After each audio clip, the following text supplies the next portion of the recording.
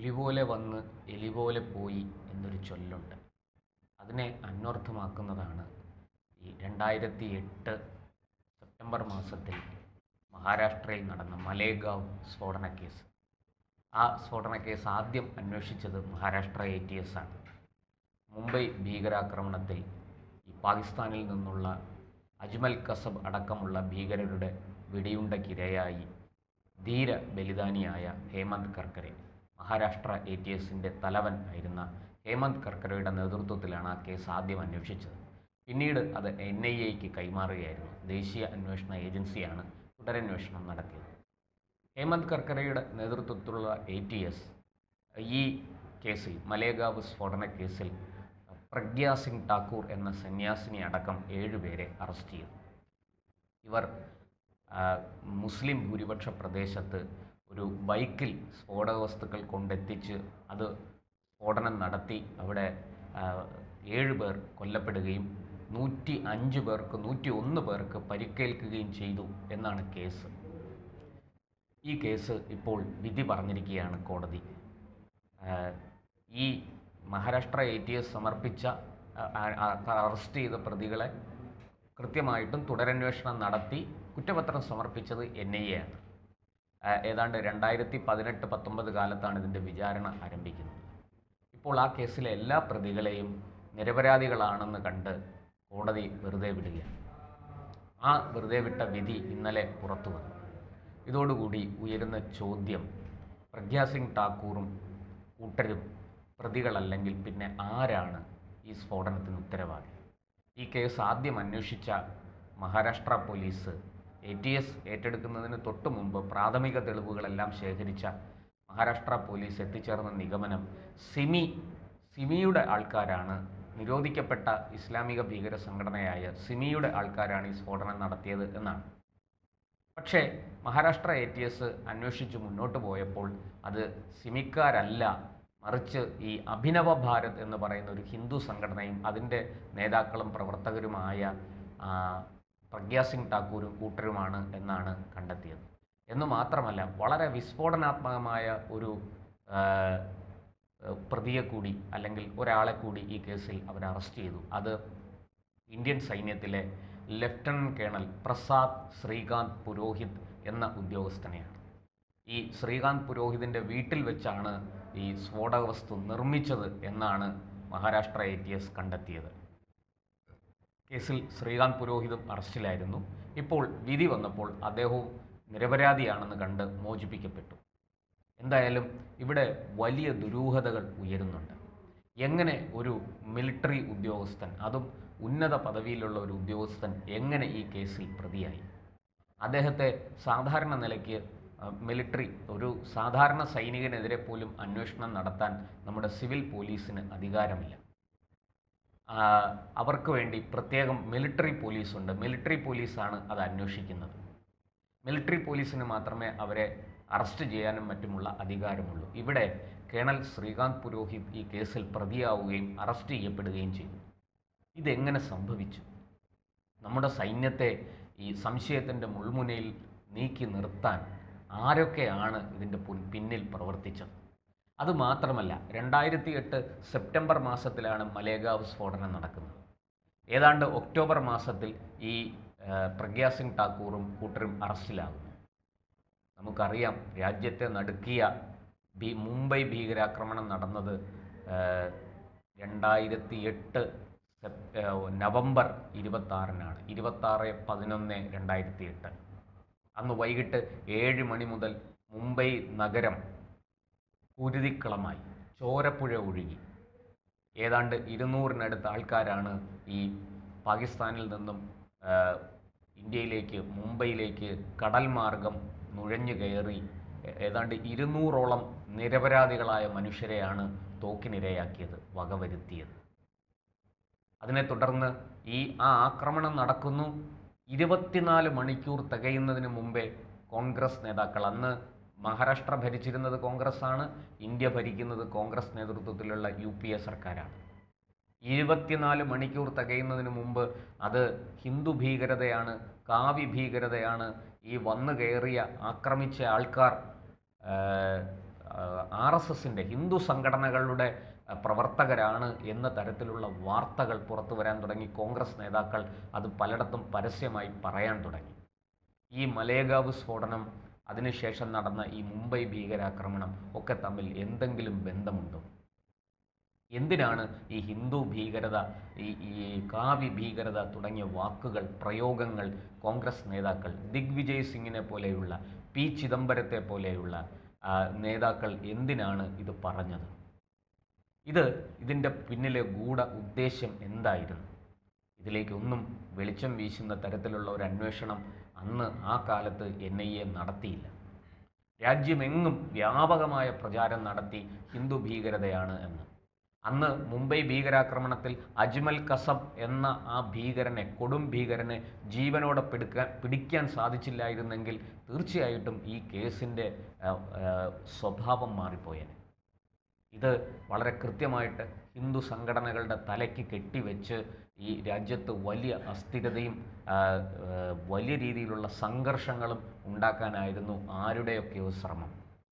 ഇതിൻ്റെ പിന്നിൽ ഒരു വലിയ ഗൂഢാലോചന നടന്നിരുന്നു എന്നുള്ളത് വ്യക്തമാണ്. എന്തായാലും ഈ മുംബൈയിൽ അജ്മൽ കസബിനെ ഒരു മഹാരാഷ്ട്ര പോലീസിലെ ഒരു കോൺസ്റ്റബിൾ, തുക്കാറാം എന്ന് പറയുന്ന ഒരു കോൺസ്റ്റബിളാണ് തൻ്റെ ശരീരം വെടിയുണ്ടയേറ്റ് അരിപ്പയായിട്ട് പോലും അജ്മൽ കസബിനെ വിടാതെ പിടികൂടിയത് അദ്ദേഹമാണ്. അന്ന് ആ ധീരദേശാഭിമാനി തൻ്റെ ജീവൻ ത്യജിച്ച് രാജ്യത്തിന് നൽകിയ ഏറ്റവും തൻ്റെ രാജ്യത്തിൻ്റെ യശസ്സ് കാത്തു സൂക്ഷിച്ച ആ പോലീസുകാരൻ ചെയ്തത് പരിധികളില്ലാത്ത, അതിരുകളില്ലാത്ത ഒരു ഉപകാരമാണ്. സ്വന്തം ജീവൻ ബലി കൊടുത്താണ് ആ ഉദ്യോഗസ്ഥൻ അജ്മൽ കസബിനെ പിടികൂടിയത്. അജ്മൽ കസബിനെ ജീവനോടെ പിടികൂടിയത് കൊണ്ടാണ് ഈ മുംബൈ ഭീകരാക്രമണം പാകിസ്ഥാനിൽ നിന്നുള്ള ഒരു നുഴഞ്ഞുകയറിയ 10 ഭീകരന്മാർ നടത്തിയ കൂട്ടക്കൊലയാണ്, ഭീകരാക്രമണമാണ് എന്ന് നമുക്ക് തെളിയിക്കാൻ സാധിച്ചത്. അല്ലായിരുന്നെങ്കിൽ ഈ കേസിൻ്റെ മാനം മറ്റൊന്നാകുമായിരുന്നു. ഇന്നിപ്പോൾ മലേഗാവ് സ്ഫോടനത്തിലെ പ്രതികളെല്ലാം വെറുതെ വിട്ടു. പക്ഷേ ഉയരുന്ന ചോദ്യം, ഇവരല്ലെങ്കിൽ പിന്നെ ആരാണ് ഈ സ്ഫോടനങ്ങൾ നടത്തിയത്? അവരുടെ ഉദ്ദേശം എന്തായിരുന്നു? ആ മലേഗാവ് സ്ഫോടനത്തിനെ തുടർന്ന് നടക്കുന്ന ഈ പറഞ്ഞതുപോലെ മുംബൈ ഭീകരാക്രമണം, അതിനുശേഷം വരുന്ന ഈ ഹിന്ദു ഭീകരത എന്ന ആരോപണം, കോൺഗ്രസ് നേതാക്കളുടെ നിരന്തരമായ പ്രചാരണം, ഇതൊക്കെ കൂട്ടി വായിക്കുമ്പോൾ എവിടെയൊക്കെയോ എന്തൊക്കെയോ ചീഞ്ഞു നാറുന്നുണ്ട് എന്ന് വ്യക്തമാണ്. ഇപ്പോൾ മോദി സർക്കാരാണ് രാജ്യം ഭരിക്കുന്നത്. 11 വർഷമായിട്ട് നരേന്ദ്രമോദി സർക്കാരിൻ്റെ ഭരണമാണ് നടക്കുന്നത്. പക്ഷേ ഈ പറയുന്ന അന്വേഷണ ഏജൻസികളെ സ്വാധീനിക്കാനോ ഏതെങ്കിലും വിധത്തിൽ അതിനകത്ത് അട്ടിമറി നടത്താനോ സർക്കാർ ശ്രമിച്ചതായിട്ട് ഒരു ആരോപണവും ഉയർന്നിട്ടില്ല. പക്ഷേ ഈ കേസിൻ്റെ വിധി വന്ന നിലയ്ക്ക് കോടതി വിധി പുറത്തു വന്നു. ഇവർ നിരപരാധികളാണ് എന്ന് കോടതിക്ക് ബോധ്യപ്പെട്ടു. കോടതി വളരെ വ്യക്തമായിട്ട് പല കാര്യങ്ങളും ചൂണ്ടിക്കാണിക്കുന്നുണ്ട്. ഞാൻ തൽക്കാലം അതിലേക്ക് പോകുന്നില്ല. തെളിവുകളെല്ലാം അപൂർണം, തെളിവുകളൊക്കെ കെട്ടിച്ചമച്ചത്. ഈ പ്രഗ്യാ സിംഗ് ഠാക്കൂറിനെ ഇതുമായി ബന്ധപ്പെടുത്തുക, അവർ പിന്നീട് BJPയുടെ MP ആയി ജയിച്ചു, 5 വർഷം MP ആയിരുന്നു, ഒക്കെ ശരിയാണ്. പക്ഷേ ഈ പ്രഗ്യാ സിംഗ് ഠാക്കൂറിനെ, അഭിനവ് ഭാരത് എന്ന സംഘടനയെ ഒക്കെ ഇതുമായിട്ട് ബന്ധിപ്പിക്കാൻ പറ്റുന്ന ഒരു തെളിവുകളും ഈ അന്വേഷണ ഏജൻസിക്ക് ഹാജരാക്കാൻ സാധിച്ചില്ല. അത് ആദ്യം കേസ് അന്വേഷിച്ച മുംബൈ മഹാരാഷ്ട്ര ATS അവർക്ക് തന്നെ ഈ കേസിൽ കൃത്യമായിട്ട് തെളിവുകൾ ശേഖരിക്കാൻ സാധിച്ചില്ല. അത് കഴിഞ്ഞ് പിന്നീടാണ് ഈ പറഞ്ഞതുപോലെ ഈ NIA അത് ഏറ്റെടുക്കുന്നത്. എന്തായാലും ഈ പറഞ്ഞതുപോലെ തെളിവുകൾ അപൂർണം, തെളിവുകൾ കെട്ടിച്ചമച്ചത്, ഇതൊക്കെ കോടതി കണ്ടെത്തിയിട്ടുണ്ട്. അങ്ങനെയെങ്കിൽ മോദി സർക്കാർ തുടരന്വേഷണം പ്രഖ്യാപിക്കണം. ഇപ്പോൾ മഹാരാഷ്ട്ര ഭരിക്കുന്നത് BJP ആണ്. ദേവേന്ദ്ര ഫട്നാവിസിൻ്റെ നേതൃത്വത്തിലുള്ള സർക്കാരാണ് മഹാരാഷ്ട്ര ഭരിക്കുന്നത്. അവർക്ക് ധാർമ്മികമായ ബാധ്യതയുണ്ട്. ഈ കേസിൻ്റെ യഥാർത്ഥ പ്രതികൾ ആരാണ്? അതിലുപരി ഈ കേസിൽ പ്രഗ്യാ സിംഗ് ഠാക്കൂറിനെയും, ഒരു ലഫ്റ്റനൻറ്റ് കേണലായിരുന്ന ഇന്ത്യൻ മിലിറ്ററിയിലെ ഒരു ഉന്നത ഉദ്യോഗസ്ഥൻ, രാജ്യത്തിന് വേണ്ടി ജീവിതം സമർപ്പിച്ച ഒരു ഉദ്യോഗസ്ഥൻ, കേണൽ പ്രസാദ് ശ്രീകാന്ത് പുരോഹിത് എന്ന് പറയുന്ന ഒരു ഉദ്യോഗസ്ഥനെ ആരാണിതിൽ പെടുത്തിയത്? അദ്ദേഹത്തിൻ്റെ വീട്ടിൽ വെച്ച് സ്ഫോടക വസ്തു, ബോംബ് നിർമ്മിച്ചു എന്നാണ് ഇവർ പറയുന്നത്. മഹാരാഷ്ട്ര ATS കണ്ടെത്തിയത് അങ്ങനെയാണ്. ആ കണ്ടെത്തൽ എന്തിൻ്റെ അടിസ്ഥാനത്തിലായിരുന്നു? ഈ ശ്രീകാന്ത് പുരോഹിതിനെ എന്തിന് ഈ ഹിന്ദു സംഘടന അഭിനവ ഭാരതുമായിട്ട് ബന്ധപ്പെടുത്തി? എങ്ങനെ ഈ സന്യാസിനിയായ പ്രഗ്യാ സിംഗ് ഠാക്കൂർ ഈ കേസിൽ പ്രതിയായി? ഈ ചോദ്യങ്ങൾക്ക് ഉത്തരം കിട്ടേണ്ടതുണ്ട്. ദേവേന്ദ്ര ഫട്നാവിസിൻ്റെ നേതൃത്വത്തിലുള്ള സർക്കാർ തീർച്ചയായിട്ടും ഒരു പുനരന്വേഷണം പ്രഖ്യാപിക്കേണ്ടതാണ്. ഇതിൻ്റെ പിന്നിലെ ഒരു വലിയ രാഷ്ട്രീയ ഗൂഢാലോചനയുണ്ട് എന്ന ആക്ഷേപം വളരെ നേരത്തെ തന്നെ BJPയും ഹിന്ദു സംഘടനകളും ഒക്കെ ഉന്നയിച്ചിട്ടുണ്ട്. അങ്ങനെയെങ്കിൽ ഈ പിന്നിൽ പ്രവർത്തിച്ച ആ ദുഷ്ടശക്തി ആരാണ്, ഏതാണ്? അവർക്ക് അന്ന് ഭരിച്ചിരുന്ന സർക്കാരിൽ എന്തെങ്കിലും സ്വാധീനം ചെലുത്താൻ സാധിച്ചിട്ടുണ്ടോ? അവരുടെ നിയന്ത്രണത്തിലായിരുന്നോ ഈ മഹാരാഷ്ട്ര ATSഉം NIAയും? ഇതിനൊക്കെ ഉത്തരം കിട്ടേണ്ടതുണ്ട്. കേന്ദ്ര സർക്കാരും മഹാരാഷ്ട്രയിലെ സർക്കാരും ദേവേന്ദ്ര ഫട്നാവിസിൻ്റെ നേതൃത്വത്തിലുള്ള സർക്കാരും ഇക്കാര്യത്തിൽ ഒരു പുനർവിചിന്തനം നടത്തണം. തീർച്ചയായിട്ടും ഇക്കാര്യത്തിൽ ഒരു പുനരന്വേഷണം ആവശ്യമുണ്ട്. ഇത് നിസ്സാരമായിട്ട് തള്ളിക്കളയാവുന്നതല്ല.